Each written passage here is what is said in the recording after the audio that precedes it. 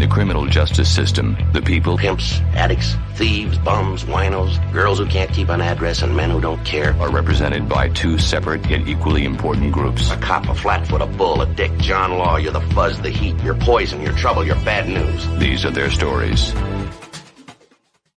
Well, there's nothing like a sham loan, everybody. Am I right? You love those sham loans? Yeah, where a CEO or other corporate officer gets a loan from the company and then has no intention of paying it back, then uses that money for their family and to support their big banging lifestyle. That is what happened in... Ooh, it's a wild idea, but it just might work. It works over and over. A federal grand jury indicting Andrew Wiederhorn, the former chief executive of the company that owns the Fat Burger and Johnny Rockets restaurant chains. Federal charges. What happened? It was a $47 million sham loan scheme. What? Oh, no. He is the current controlling shareholder of this publicly traded company.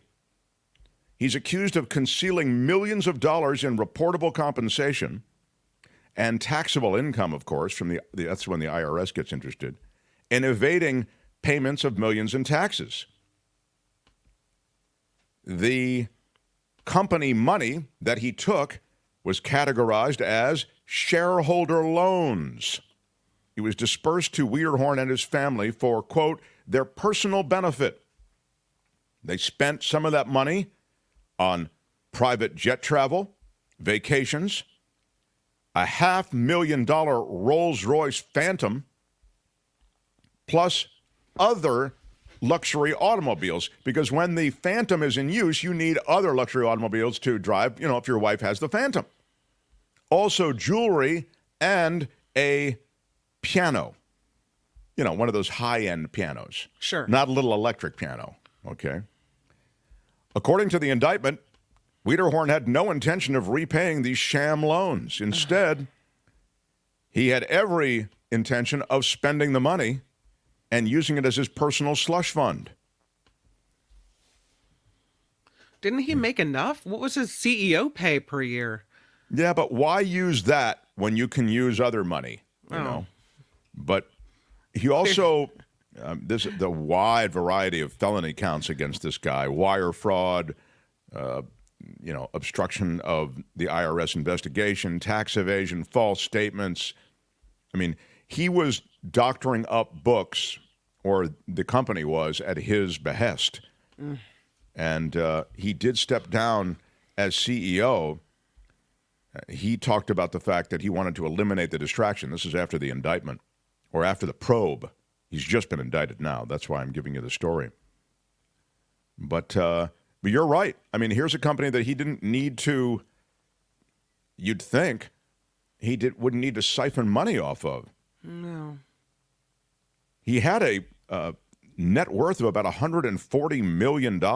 So here's a guy who has everything, and he still wants more. Yeah. Corruption has to corrupt, I guess. Meantime, on the other side of law and disorder, FTX. This is amazing news. People who had money in FTX at the time of its collapse nearly 18 months ago got really lucky. I don't know if you saw this week, but, most bankruptcy proceedings, you get maybe 10 cents on the dollar, whatever it may be. You really usually take a massive haircut. But now they're saying that this fraudulent scheme that was FTX, the crypto exchange, that they're going to be made whole, all the different creditors. For the FTX customers, it looks like they'll get all their money back, all their original investment. The bad news in all of this, I mean, people like Tom Brady and the people who are representing FTX on commercials, they're not going to get any money. I mean, that likely won't happen.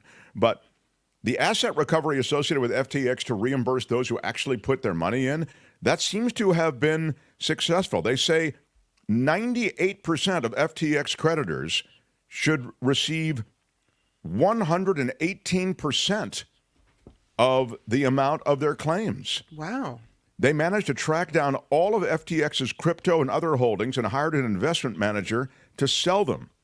All of that took time, and while it was happening, crypto markets staged a stunning comeback, right? So while crypto is rising and they are tracking down all this crypto money, they sell it, and they've actually made enough money to take care of all those investments. So the value of FTX's crypto holdings was enough to pay back and will be enough to pay back customers. Now, last thing I'll say about this is, yeah, but if they had actually been legitimate and they had invested the crypto, it would have been a multiple of what they're going to get back. They'll get back their original investment. But it's like me saying to you, I'm going to give you back the original investment that you had when you invested in Apple in 1988. Yeah, but between 1988 and now, it's if that investment had been real in a real company, I'd never have to work again. So those who believed in crypto, they'll get their original investment back, but they're not going to get the huge crypto run-up that if the investment had been legitimate, they would have gotten. Still, it is a significant development. So, hey, Albert, did you see, I'm sorry, I meant to tell you this ahead of time. We're doing this a little differently. Kim suggested that we put the video and we embed it that I put it in the rundown. But did I also send you that thing on Barry Diller talking about Donald Trump's stock? You see the video there? Can you? Yeah, I'm just loading it right now. Okay, good. So I've mentioned this before, and I'll maybe round out Law and Disorder, at least close to rounding it out with this video. I've mentioned this before. I mentioned it to David K. Johnston the other day. Barry Diller on CNBC is asked. Now, Barry Diller is a giant mogul, media mogul, business mogul, brilliant businessman. He was asked about this Truth Social, the DJT stock. And here's what he said.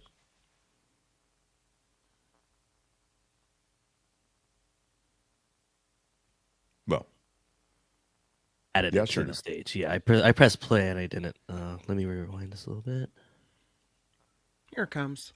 I got a question, not a political question about former President Trump, but actually a business question about Truth Social.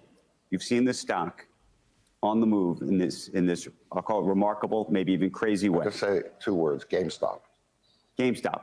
That's what you think is going on here. It's ridiculous. The company has no revenue. But do you think it could ever be a bigger business? Do you think if he wins the presidency, it becomes? Why? I'm asking. Why would it be bigger? Look, he's only interesting now because he's out there entertaining the folks.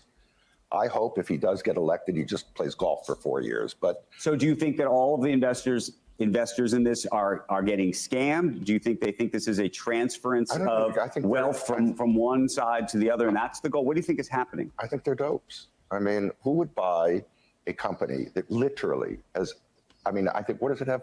$30 of revenue? Why would you how could you put a value on it?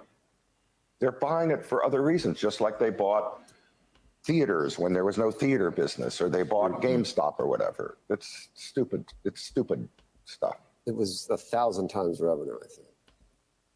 What? I think it was wasn't it $4 million? It was $4 million in revenue. That's $4 million in revenue. It's ridiculous. I'm not saying it's not $4 million. Why are you even talking about this? It's a scam, just like everything he's ever been involved in is some sort of con.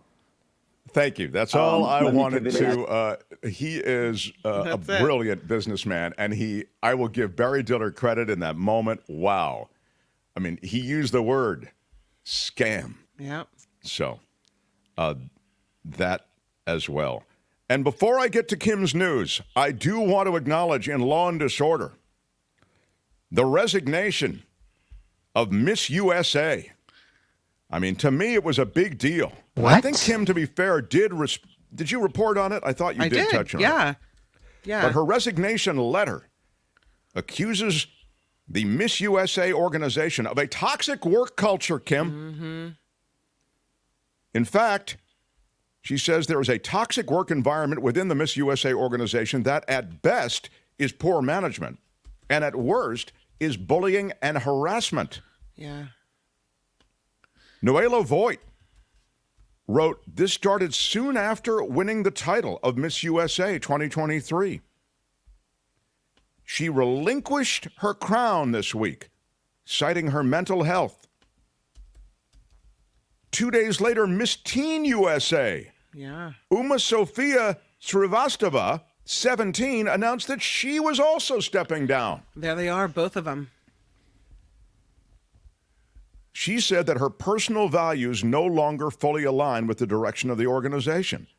I'm disgusted by it as well, and let me tell you something. If I were a teen and I won Teen Miss USA, I would step down. That's how outraged I am. Guys, these beauty contests, they are, it doesn't shock me in the least that they are emotionally manipulated, that there is always the specter of predatory behavior, and also the expectations, frankly, just the expectations, even if everything is run in a way that it's kosher, the expectations on these young people, completely unreasonable.